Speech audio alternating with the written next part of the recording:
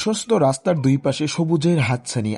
মেঘলা আকাশের সেই মেঘলা সাদা মেঘগুলো আমাদের যেন ডেকে যাচ্ছে এই এসে পদার্পণ করা আমাদের এই সুন্দর চরণভূমিতে। দেখা যাচ্ছে কি সুন্দর হেমন্তের ফসলের মাঠ। সব ঘাট পেরিয়ে চলে যাচ্ছে আমি আজকে হুদাই ঘুরতে। আসলে মাঝে মাঝে আমি এইভাবেই ঘুরতে যাই, আপনারা এইভাবে ঘুরতে যাবেন, দেখবেন আপনাদের খুব ভালো লাগবে। আর ঘুরতে যাবো সেই ভিডিওটা হবে না তা তো কখনো হতেই পারে না। এই প্রশস্ত রাস্তাগুলো, এই রোদের ঝিলিকগুলো, এই সূর্যের কিরণগুলো, মাঝখানে পেয়ে গেলাম জলকই বাজার। কি দারুণ!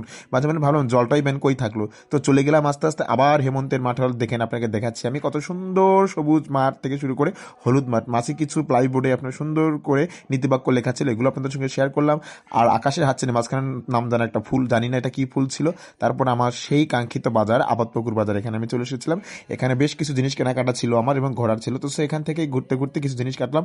আর বেশ সেদিন ছিল ওখানে হাট, আর হাটের মধ্যে দেখেন কত সুন্দর গাড়ি, লোকজন তো কিলবিল করেই চলছে আর কি। আমার কিন্তু খুবই ভালো লাগে বেশি লোকজন দেখতে, কারণ এখানে আমি কিন্তু ছবি তুলতে যাই কি জন্য, যে আমি যে ছবি আঁকি এই ছবি আঁকার জিনিসগুলো এখান থেকে আমি প্রচুর সাবজেক্ট পেয়ে যাই। আর সেই সাবজেক্টগুলোকে আমি খুঁজতে গিয়েছিলাম। মাঝখানে নেটওয়ার্ক আমাদের হাতছানি ঢুকে যাচ্ছে, এই দেখো আমি নেটওয়ার্ক, আমার কাছ থেকে কিন্তু তোমাদেরকে মোবাইল চালাতে হয়। তারপর মাঝখানে আমি ভ্যান্টেজ স্টপেজ করেছিল, চা খেয়ে নিলাম।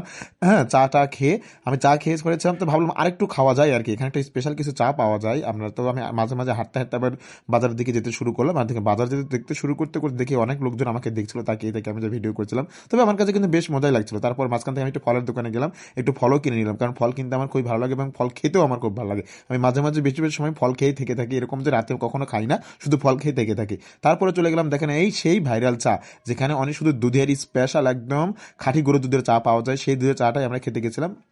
তবে দুধ চা ছিল না, মাঝখান থেকে আমাকে লাল চাই খেতে হয়েছে, তো আমি লাল চাই খেয়ে নিচ্ছিলাম। আর লাল চা খেতে দেখে প্রচণ্ড রোদ ছিল, গরম ছিল, সব মিলে খুব কিন্তু ভালোই লাগছিল। কারণ আমি যাচ্ছি কোথায় জানেন ঘুরতে, আমি যাচ্ছি আমার দিদির বাসাতে যেতে চেয়েছিলাম। সেই দিদির বাসাতে যাওয়ার পথে আমি ভাবলাম এটি ব্লক করে নিই আর কি। তো এই দেখেন মাঝে মাঝে আমাকে টিং টাং করে যাচ্ছিলাম আর কি। পরে এসে আমাদের দিদির আমার সাথে যুক্ত হয়ে গেল। তারপর দিদির বাসা থেকে আত্মীয়র বাসায় আমরা চলে গেলাম। আর মাঝে মাঝে একটু পোজ দিয়ে নিলাম সুন্দর করে। এই হচ্ছে আমাদের ছোট ছোট আনন্দ এবং খুশিগুলো। আমার দুলাভাই মাঝে মাঝে এরকম করে ভ্যান নিয়ে আমাদেরকে ঘুরে, আমাদের খুব ভালো লাগে। রাস্তার দুই পাশে দেখেন কি সুন্দর গাছ, সবুজের সমারোহ যেন আমাদের হাতছানি দিয়ে ডাকছে। নিচেতে যে ছায়াগুলো পড়েছে রাস্তায়, কি দারুণ। মাঝখানে একটা গ্রামীণ হাট পেয়ে গেলাম। এই গ্রামীণ হাটটা কিন্তু অনেক সুন্দর, এইভাবে কিন্তু গ্রামের হাট দেখেছে, যদি সেখানে হাট ছিল না আজকে, দূরে কোথাও চলে গেছিলাম আমরা। সেই হাটটাকে পরবর্তীতে আপনাদের সঙ্গে আমি ভিডিওতে নিয়ে এসে আপনাদেরকে দেখানোর জন্য চেষ্টা করবো। তারপর আরেকটা রাস্তা দেখে দুই পাশে কত সুন্দর আকাশমণির গাছ ছিল, আর আকাশমণির গাছগুলো খুব প্রশস্ত এবং লম্বা, সুন্দর একদম। সারাদিন আমরা এইভাবে রাস্তার পাশে ঘোরাফেরা করলাম। এই দেখেন গ্রামের কিছু খড়ের গাদা, এখানে ঘুটে আছে, গোবর আছে, দেখুন ওরা খড়ের গাদা সুন্দর করে পাল্লা দিচ্ছে, কি দারুণ লাগছে দেখতে, তাই না?